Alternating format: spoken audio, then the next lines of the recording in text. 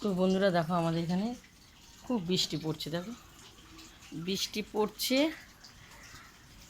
আবার সে রোদ্দুর দিচ্ছে। 10-15 মিনিট পর বৃষ্টি একদম ঝরঝর করে পড়ছে, আবার সে রোদ্দুর দিচ্ছে। বৃষ্টির কোনো মা বাবা নেই। চলো, আমি রান্নাটা পুরো তৈরি করা হয়ে গেছে, তোমাদের এখন দেখাবো। তাই এটা ভোলা মাছের সর্ষে বাটা। দেখো, খুব সুন্দর। বৃষ্টির জন্য এত বৃষ্টি, বৃষ্টি যেমনি দিচ্ছে তেমনি গরম। তো ভোলা মাছের সর্ষে বাটাটা আমার রান্না পুরো রেডি হয়ে গেছে। শুধু সর্ষে বাটাটা হয়নি ভোলা মাছে, তার সঙ্গে আছে মাছ ভাজা।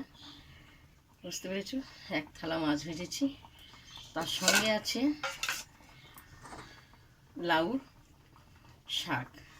এতে মাছের মাথা দিয়ে আমি রান্না করেছি লাউ শাকটা। তো আমার দুপুরবেলা এই রান্না হয়েছে, আর আমি বেশি কিছু করিনি। সর্ষে বাটাটা ছেলে বলেছে আমি সর্ষে বাটা খাবো মা। তো ভোলা মাছের সর্ষে বাটাটা খুবই ভালোবাসে, যে কোনো সর্ষে বাটাটা মাছে ভালোবাসে।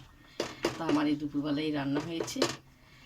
তো তো ভাতটাকে আমি গামলা সবসময় ঢেলে রাখি। তা তোমাদেরকে আমি একটু শাক দিয়ে ভাত আমি খাবো। খুব সুন্দর হয়েছে মাছের মাথা দিয়ে। তো তোমাদেরকে আমি ভাতটা একটু খেয়ে দেখাবো। তো আমি থালায় ভাত নিয়েছি, একটু শাক নেবো। খুব সুন্দর গন্ধ বেরোচ্ছে মাছের। বাঙালিরা সব কিছুই তো মাছ ভালোবাসে। তো আমি একটু তোমাদের খেয়ে দেখাবো। তো আমি একটু খেয়ে দেখাচ্ছি।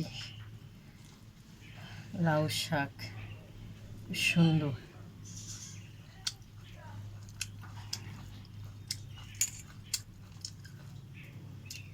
আবার রোদ্দুর উঠেছে।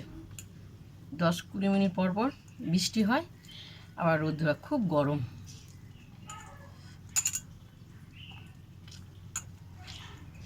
খুবই সুন্দর।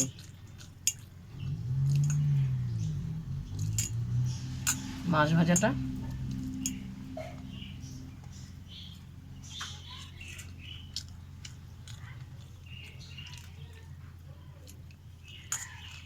তার দুপুরে কী কী রান্না করলাম তোমাদেরকে দেখালাম। তো তোমাদের যদি ভালো লাগে দিদিভাইকে লাইক দিও, শেয়ার করো, কমেন্ট করে জানাবে। শুভ দুপুর।